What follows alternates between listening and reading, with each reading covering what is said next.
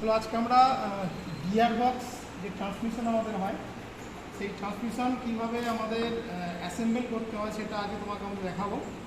তা সতকার প্রথম আগে তোমাদেরকে বলি যে একটা ট্রান্সমিশনের যে গিয়ার বক্স আছে সেটা অ্যাসেম্বল করতে গেলে কী কী কম্পোনেন্টস আমরা প্রথমে নেব। দেখো সতকার প্রথমে এখানে আমরা দুটো চেম্বার এখানে পেয়েছি। একটা সাইড হচ্ছে ক্লাচ চেম্বার আর একটা হচ্ছে ম্যাগনেট চেম্বার। এই দুটো অ্যাকচুয়াল মিডিল চেম্বার হয়, এর মাঝখানে গিয়ার বক্সটাকে অ্যাকচুয়াল অ্যাসেম্বল করা হয়। আর এখানে আমরা দেখতে পাবো এখানে দুটি শ্যাফট আছে, এখানে দুটি শ্যাফট আছে। এটার এই শ্যাফটটিকে আমরা ইনপুট শ্যাফট বলি আর এই শ্যাফটটিকে আমরা আউটপুট শ্যাফট বলি। সবসময় পাওয়ার ইনপুট শ্যাফট থেকে আউটপুট শ্যাফটে আসে এবং আউটপুট শ্যাফট থেকে চেঞ্জ পকেটের মাধ্যমে ড্রাইভ হুইলে যায়। আর এখানে আমরা দেখতে পাচ্ছি এটাকে আমরা বলছি গিয়ার ড্রাম। এই গিয়ার ড্রামটাকে গিয়ার শ্যাফটের লিভারের দ্বারা এটাকে কাজ করানো হয়। আর এখানে আমরা দেখতে পাচ্ছি এটাকে আমরা বলছি কিক র্যাচেট এবং কিক শ্যাফট। কিক শ্যাফটের সঙ্গে আমাদের কিক র্যাচেট কানেক্ট থাকে। এখানে যখন এই র্যাচেটকে বসানো হয় একটা টাইমিং থাকে, সেটা আমরা পরে দেখাবো। আর এখানে আমরা পাচ্ছি গিয়ার শ্যাফট আর গিয়ার লিভার।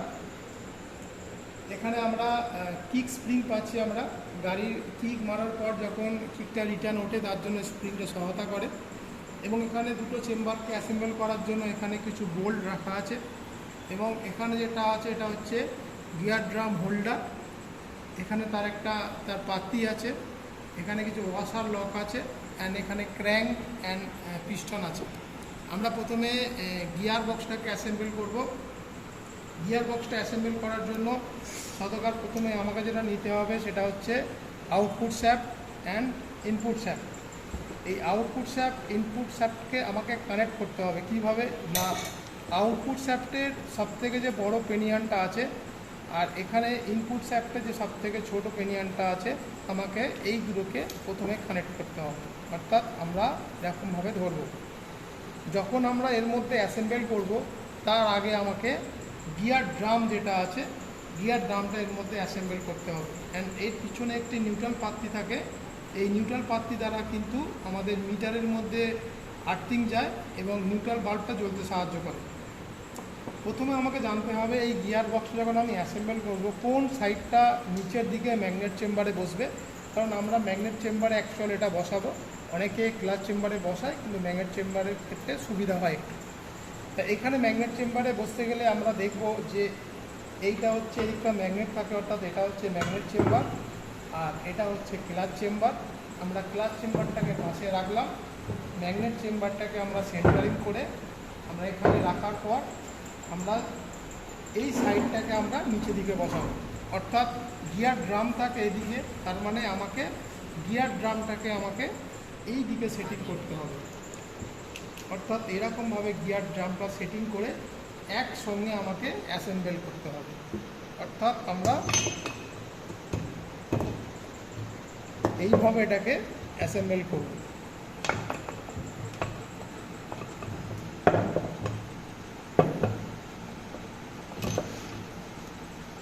কানেক্ট হয়ে গিয়েছে ওটা।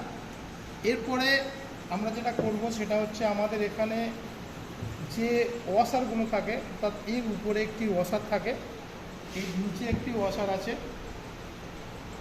উপরে এই ওয়াশারটা আমি দিলাম।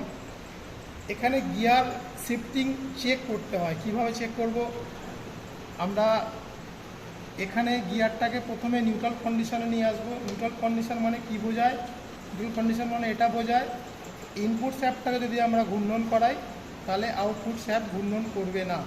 অর্থাৎ আমাকে প্রথমে নিউট্রাল কন্ডিশনে নিয়ে আসতে হবে। এখন আমি গাড়িটাকে নিউট্রাল কন্ডিশনে নিয়ে এসেছি।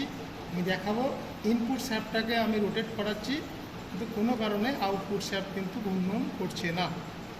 এবার আমি যখন গিয়ার শিফটিং করব, এই আউটপুট শ্যাফটের মধ্যে 4টে রেশিওর আলাদা আলাদা পেনিয়ান আছে। এটা ফার্স্ট গিয়ার, এটা সেকেন্ড গিয়ার, এটা থার্ড গিয়ার অ্যান্ড এটা ফোর্থ গিয়ার।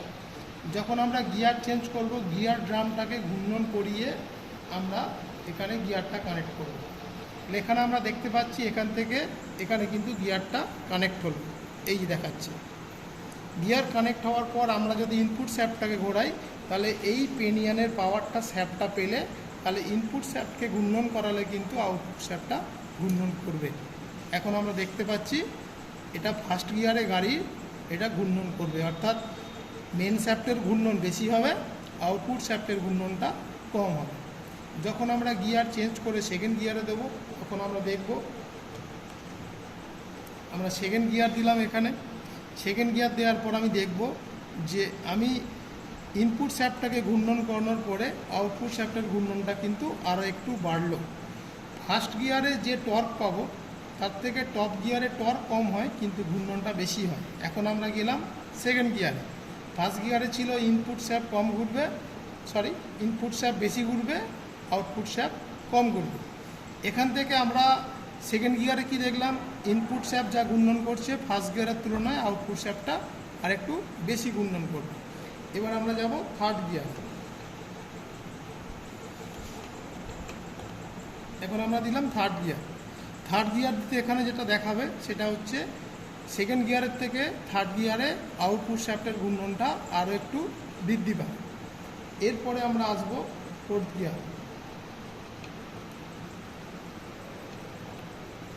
ফোর্থ গিয়ার দেখাবে এই পিনিয়নটা এখানে কানেক্ট হলো, অর্থাৎ এটা ফোর্থ গিয়ার। এখানে পিনিয়নটা বড়, এই পিনিয়নটা ছোট। বড় যদি ছোটকে ঘূর্ণন করায় তাহলে ছোটোর ঘূর্ণনটা বেশি হবে, অর্থাৎ ফার্স্ট গিয়ারের তুলনায় টপ গিয়ারে ঘূর্ণনটা বেশি হবে, কিন্তু এখানে টর্ক ফার্স্ট গিয়ারের তুলনায় কম হয়। এভাবে আমরা একটা একটা করে আমরা কিন্তু গিয়ারটা চেক করে নেব। চেক করে নেওয়ার পর এরপর আমরা অ্যাসেম্বল করব ক্র্যাঙ্কশ্যাফট অ্যান্ড কিক। এখান থেকে আমরা প্রথমে গাড়িটাকে নিউট্রাল করে নেব। নিউট্রাল করে নেওয়ার পর তারপর আমরা এখন গাড়ি নিউট্রালটা হয়ে গিয়েছে, এবার আমরা কিকটাকে সেটিং করব।